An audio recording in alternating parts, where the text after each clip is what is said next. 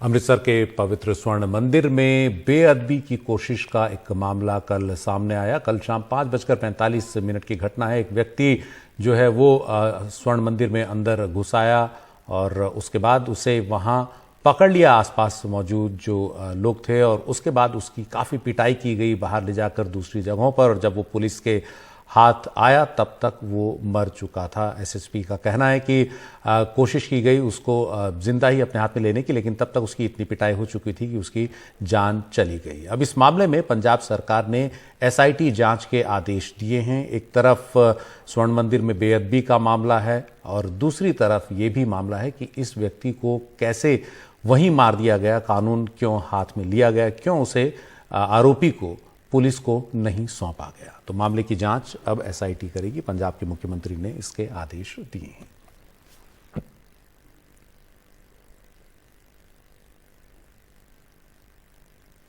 कृषि कानूनों के खिलाफ किसान आंदोलन में शामिल नेता गुरनाम सिंह चढ़ूनी ने शनिवार को अपनी राजनीतिक पार्टी लॉन्च कर दी। चढ़ूनी ने ऐलान किया कि उनका दल पंजाब विधानसभा चुनाव में उम्मीदवार उतारेगा। गुरनाम सिंह चढ़ूनी 40 किसान संगठनों वाले संयुक्त किसान मोर्चा के काफी सक्रिय सदस्य थे। उनका किसान संगठन हरियाणा भारतीय किसान यूनियन उन 40 दलों में शामिल था। उन्होंने कहा कि राजनीति में आने का उनका इरादा इसे साफ, स्वच्छ और ईमानदार लोगों को आगे लाने का है ताकि वो जनता की सेवा कर सकें। खुद के लिए उन्होंने कहा कि वो विधानसभा का चुनाव नहीं लड़ेंगे। स्पष्ट किया कि किसी अन्य दल से गठबंधन को लेकर अभी कोई बात उनकी नहीं हुई है, लेकिन उनकी पार्टी सभी 117 सीटों पर, पंजाब की सभी 117 सीटों पर चुनाव लड़ने की कोशिश करेगी। असी अपनी नवी पार्टी लॉन्च कर रहे हैं संयुक्त संघर्ष पार्टी के नां तो, ते साडा मकसद जिहड़ा होएगा वो राजनीति नूं शुद्ध करना है, चंगे लोकां नूं अगे लियाउणा है, माड़े लोकां नूं, भ्रष्ट लोकां नूं, उन्हां नूं जिहड़ा देश नूं लुट रहे ने, जिहड़े देश नूं दी पॉलिसी बड़े पूंजीपतियां दे पक्ष दे विच बना रहे ने, गरीबां नूं लुट्टण दी पॉलिसी बना रहे ने, उन्हां लोकां नूं राजनीति तो बाहर।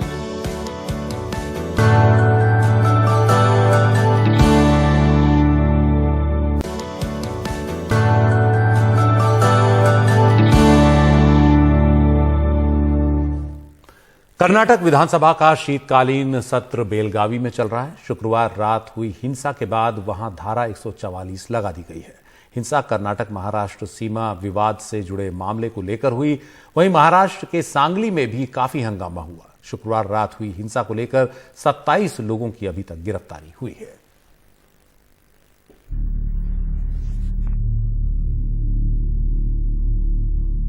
बेलगावी में शुक्रवार को हुई हिंसा के बाद धारा 144 लगा दिया गया। उपद्रवियों ने स्वतंत्रता सेनानी सनगुली रायण्णा की मूर्ति को निशाना बनाया। बेंगलुरु में कन्नड़ावादी कार्यकर्ताओं ने शिवाजी की मूर्ति पर स्याही लगा दी। वजह कर्नाटक के झंडे का महाराष्ट्र में जलाया जाना। महाराष्ट्र एकीकरण समिति के कार्यकर्ताओं ने झंडा अपने नेता दिलीप देलवी पर स्याही पोते जाने के विरोध में जलाया था। शिवाजी आगिरली, संगोली रायण्णा आगिरली, सनगुली रायण्णा और शिवाजी महाराज की मूर्ति के साथ ऐसा किया गया। मैं अपील करता हूं कि अपनी घटिया राजनीति के लिए ऐसे महापुरुषों का अपमान ना करें। इन कृत्यों में शामिल सभी उपद्रवियों के खिलाफ कड़ी कार्रवाई की जानी चाहिए। सांगली में शिव सैनिकों ने अपना गुस्सा निकाला। कन्नड़ भाषी लोगों की दुकानों पर पथराव और तोड़फोड़ की। कर्नाटक रजिस्ट्रेशन वाली गाड़ियां भी निशाना बनी। दोनों ही राज्यों के सीमावर्ती इलाकों में गश्त बढ़ा दी गई है। हम कर्नाटक में किसी को भी कानून अपने हाथ में लेने की इजाजत नहीं देंगे। कर्नाटक का बेलगावी शहर कर्नाटक महाराष्ट्र की सीमा से लगा है। यहाँ मराठी भाषियों की संख्या ज्यादा है। राज्यों के बंटवारे के समय से ही बेलगावी को भाषा के आधार पर महाराष्ट्र में शामिल करने को लेकर विवाद चलता आ रहा है। इस विवाद की वजह से दोनों राज्यों के सीमावर्ती इलाकों में हमेशा तनाव बना रहता है, जो कई बार हिंसक रूप ले लेता है। शुक्रवार रात बेलगावी में हुई हिंसा की वजह सीधे तौर पर पुलिस के साथ साथ खुफिया विभाग की नाकामी है। मुंबई से सोहित मिश्रा के साथ बेंगलुरु से Nihal Kidwai, NDTV India. National COVID super model committee ने आकलन किया है कि अगले साल की शुरुआत में ओमिक्रॉन वेरिएंट की वजह से कोरोना की तीसरी लहर आ सकती है और इसका जो चरम है वो फरवरी के महीने में होगा। इस कमेटी की प्रमुख प्रोफेसर विद्यासागर ने कहा कि ओमिक्रॉन की वजह से तीसरी लहर आएगी, लेकिन देश में बड़े पैमाने पर बढ़ी इम्यूनिटी की वजह से दूसरी लहर के मुकाबले तीसरी लहर हल्की होगी।